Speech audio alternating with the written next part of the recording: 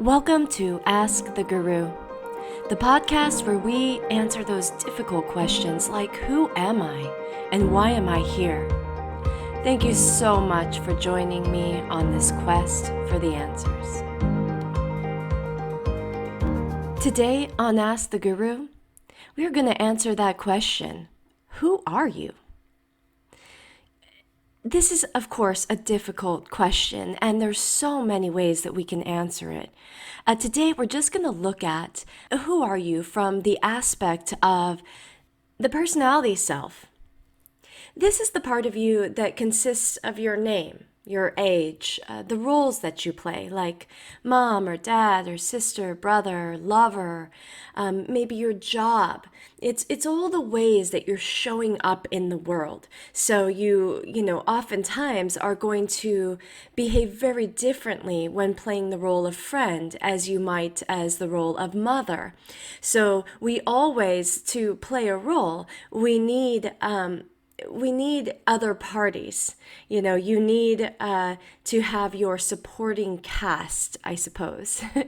So like you can't be a mother or a father without a child or somebody willing to play the role of a child so you can step into that role. So again, as we move through life, we are accumulating these roles that we play. And the personality self is so much more than that because it comes with a backstory, right? We've developed a story over our lifetime, and we utilize this story to tell how we've arrived right where we are. So again, there's been a million moments in your life. There's been a million experiences, so many places that you've been and things that you've done and people that you've met. And yet you will be able to frame your story most of the time in just a few climactic moments that describe how you've arrived into the personality that you've developed today or the role that you're playing today, which may have physical impairments. Again, you'll have a story as to how those happened or why they happened. And, it may have emotional impairments or a certain way you like to wear your hair or a way you like to dress. But all of these things have been accumulated from a backstory, a story that you still tell today that allows you to validate the role that you're playing. So a way that we can really recognize the personality self that we've developed, aside from sitting down and just really looking at it, like stepping outside of yourself and imagining that you met yourself on the street, or the roles, just simply writing down all of the roles that you play and how you step into those roles, who you become in those spaces. And then maybe ask yourself, is there some other roles that you've wanted to play? Is there a way that you wish the world viewed you or saw you or acknowledged you?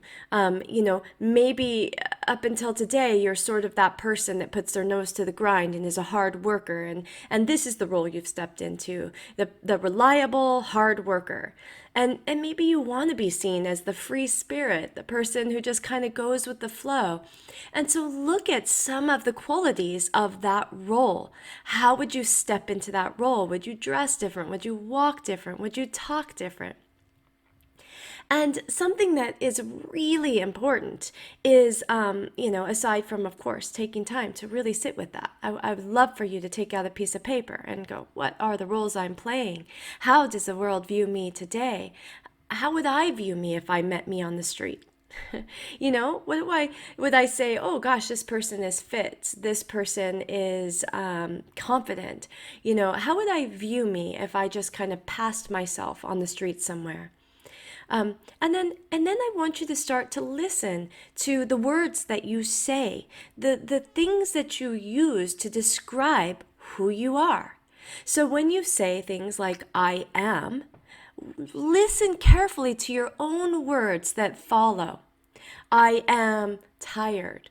I am exhausted. And then oftentimes you're going to validate that. I'm so tired. And you're going to tell the story that validates it. Because last night I got no sleep, blah, blah, blah, blah. But again, now you're framing the role that you're going to be playing from this moment forward until you change your story. So it's so important that we look at what do we say after I am and start to change those words, because why do we want to tell that story? Even if it's true, that you got a crappy night's sleep, you could say, I am doing all right now. I'm feeling pretty good right now. I mean, there's always a way to tell a different story. And then you also want to listen very, very carefully to the words you say after I believe. When you are describing a belief you have to somebody, listen carefully and then look at that belief afterwards and say, is this a belief that is limiting me in some way?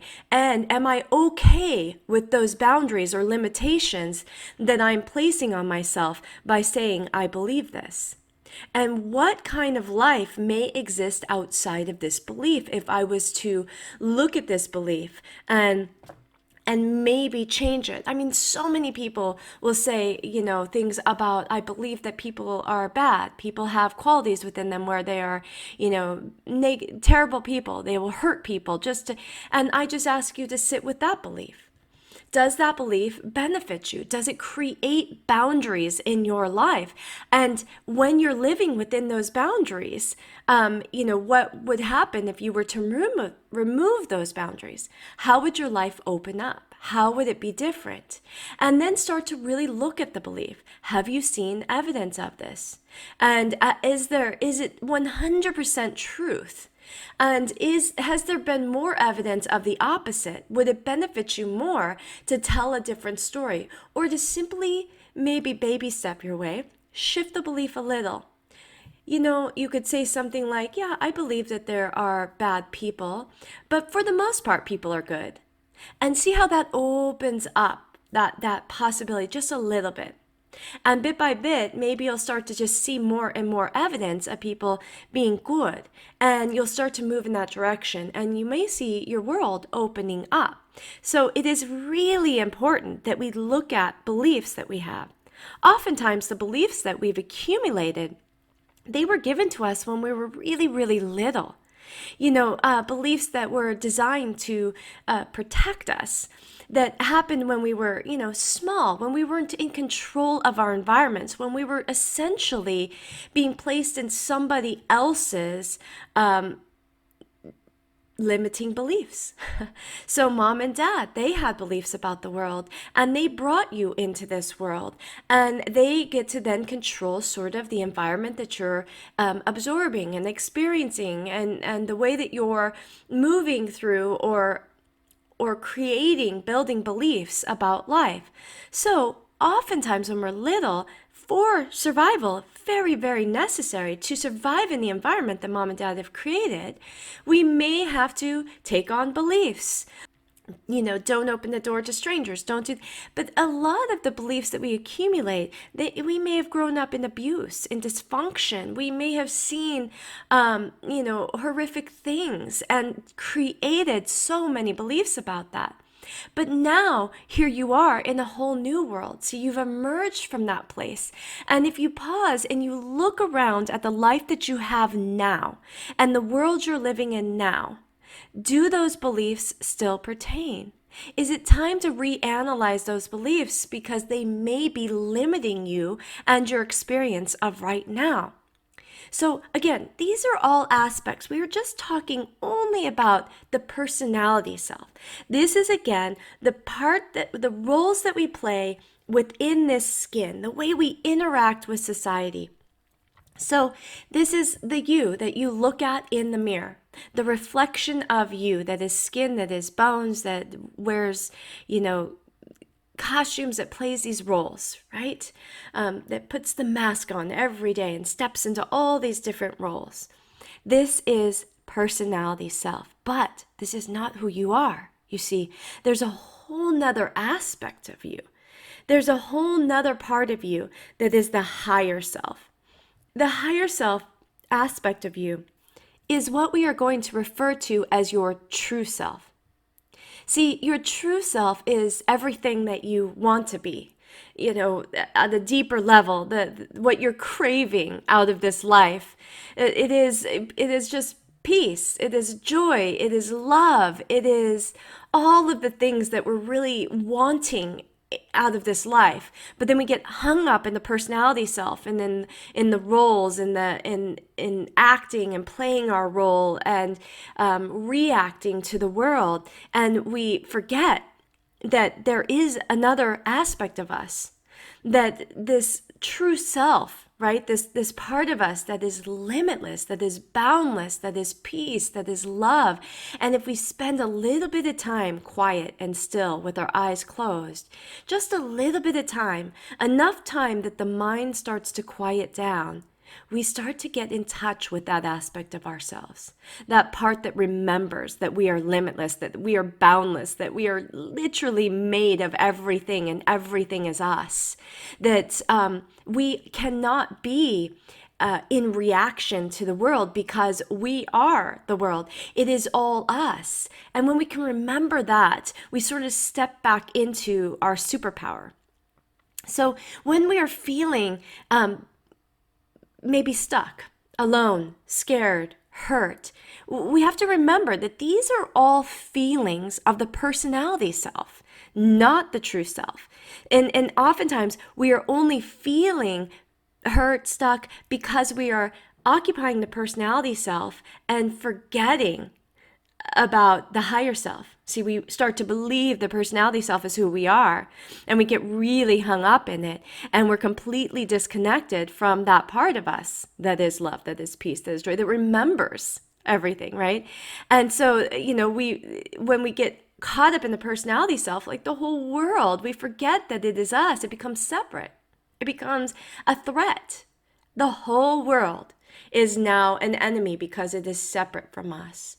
But again, the higher self sees that we are the world, that it is all us. There is no disconnect.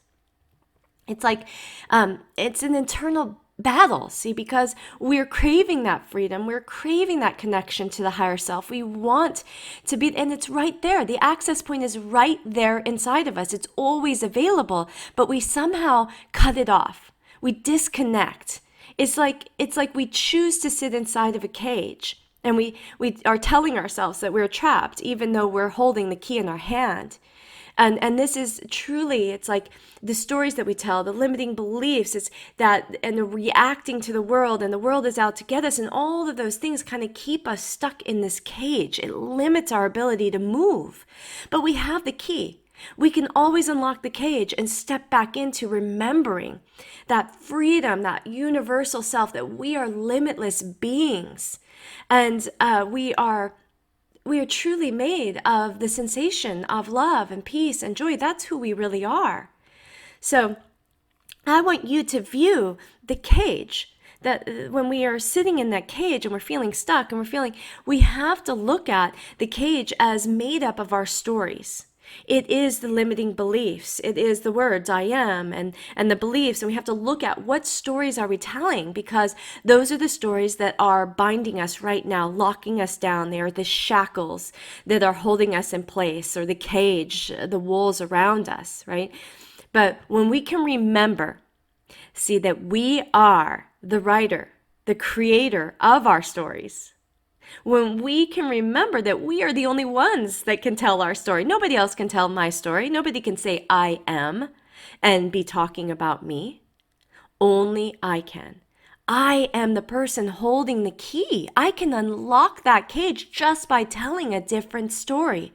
Remembering that I'm in charge of writing my story, and I can create one of power, one of overcoming. I can relinquish or let go of any story I may be telling where I am playing the role of victim. Why would I write my story and place myself in the role of victim? Why not make myself the hero of my story? I'm going to tell the story of how I've overcome, of all the struggles that I've leapt through, of all the powerful ways that I've moved through life, and I'm still standing here today. I can tell a different story and take back my power. I can get quiet from time to time and reconnect with that part of me that remembers who I really am. And from that space, from that limitless space, there are no shackles, there are no walls around me. From the place of connecting to my higher self, if I'm writing my story from there, I'm not going to place any limits. I'm going to write a story that is beautiful, one of love, one of how I connect to the world, how I have a purpose, a divine, unique purpose, how I am assisting others and I'm making a difference and I matter. I can tell that story instead of the story of poor me. So again, if I am been gifted with the power to tell my own story, if this is something, the only thing that really truly is within my power, why would I ever allow myself to tell the story where I am the victim and something is happening to me? Now, it's okay to acknowledge that, okay, maybe at some point that is your story, but make sure that you're only telling a story of you being the victim so that you can tell the story of how you overcame it. Make sure that that's where you're headed, or that's even where you are, how you've already overcome it. Look at where you are right now and how you hold that power in your hand. Only you can make yourself the victim. I don't care what your circumstances are. There is no circumstance where somebody else has the ability to take away your power. They may be able to take away your external circumstances, but they cannot be ever in charge of the way you're going to tell your story. And you can tell your story as if I created this and I am here in power and strength and courage. It is so easy. I get it. I mean, we get consumed by the roles that we're playing. Think of those actors that we love the most. The reason we love to watch them is because it's believable. We believe that they are the roles. We get sucked in and so do they. Sometimes these actors say that they start to live the role even outside of the set. That's how they can fully walk in those shoes and become that person. This is what you've done. You've developed a role and you've just become to believe it. You are walking in this role. You have become it. You've taken it on in such solidarity that it is completely consumed you. And I'm asking you to remember, you can remove the costume, you can step outside of the role, you can close your eyes and remove yourself from even the skin, right? You can take a moment to remember who you really are, that you are not the role, that you are the being that is choosing to play this role, and you can choose any role at any time. You can start even to tell your story differently. You can look back over your past and start to look for pieces to build a different story if the story that you've been telling is no longer serving you, or you want to now tell a story where you arrive somewhere new. And you don't even have to take on the belief of your age or all of the things that society tells you about who you are. You get to decide. You get to decide what somebody your age looks like, behaves like, feels like, connects. You are the decider of your story. Stop taking in the input of the world. Stop letting it dictate. Close your eyes. Sit with you. Reconnect with the highest part of you. Remember who you are. And remember, you are choosing the role that you are playing. If you are no longer liking that role, choose a different role. Rewrite your story. It is yours to write. You have the power. Again, today, if you're walking away with anything, I'm going to ask you to sit down with a piece of paper and go, what is the role that I'm playing? Who am I? How am I showing up currently? What is the story I tell about who I am? So to simplify this, you could just look at those three aspects of self. It's the personality self. It's like, how do my friends see me? What are some of the qualities they say about me? Then look at what are the roles I am playing currently. So again, many of us are maybe playing mom and dad, and that's a very significant role. That might be the biggest, largest piece of the roles that you're playing right now. And in fact, it consumes you so much that like all the other roles get these very small slices, like, lover or wife, husband, gets a very small slice because, mom, dad is taken over and consumed. And that's usually while the children are small. This is a big piece. And then that starts to get, the children need you less. So mom and dad role starts to narrow. And now we start to have to expand back into, maybe wife, husband role, or back into our jobs, that dedicated, whatever it is, we can recognize. And then at some point, those children don't need you at all. And now it's like, who am I, right? So many people are at these places in our life where we've had to let go of some roles. And then how do we fill that space? And we forget that we are the designers of our life. We can literally create any role we want to play.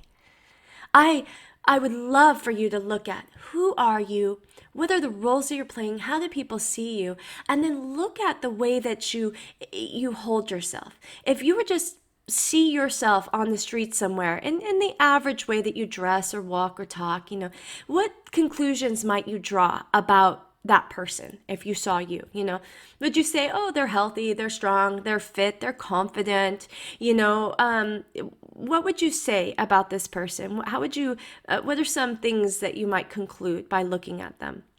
And then look at, what are the roles that you wish you were playing? Like, who are the people that you admire, and the way that they're showing up in the world?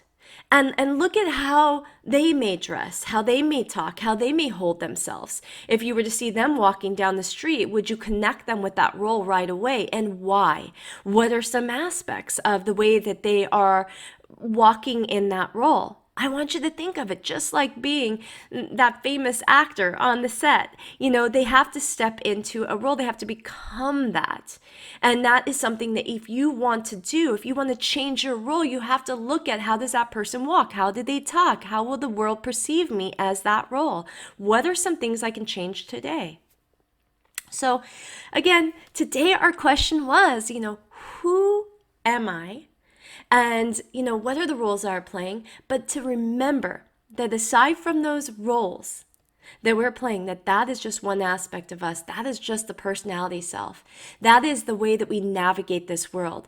And again, when we can stay connected to the higher part of ourselves and just play the role, enjoy, play it like a game, love your life, live the life you love, play the roles you want to play, enjoy, right? And you'll be able to do that when you remember that you are connected to this limitless aspect of you. When you look at the boundaries that you place around you, remember those are your boundaries that you placed, and you can remove them. And when you spend time connecting with the higher part of you, that limitless aspect of you, so that you can stay in touch with the part of you that remembers you are everything, the part of you that is love, that is creation, that is peace, that is harmony. To do that, we have to spend time withdrawing from the world, separating from that role, so that we don't have the reflection of the world showing us again the personality self, right? Where we can remove ourselves from the skin for a moment, from the roles that we're playing for a moment, and return to who we really are. I love you so much, and I hope you make it an amazing day. And please, again, if you enjoyed this, please share it with your friends, subscribe or like or follow, and I look forward to hearing your questions. Make it a great day.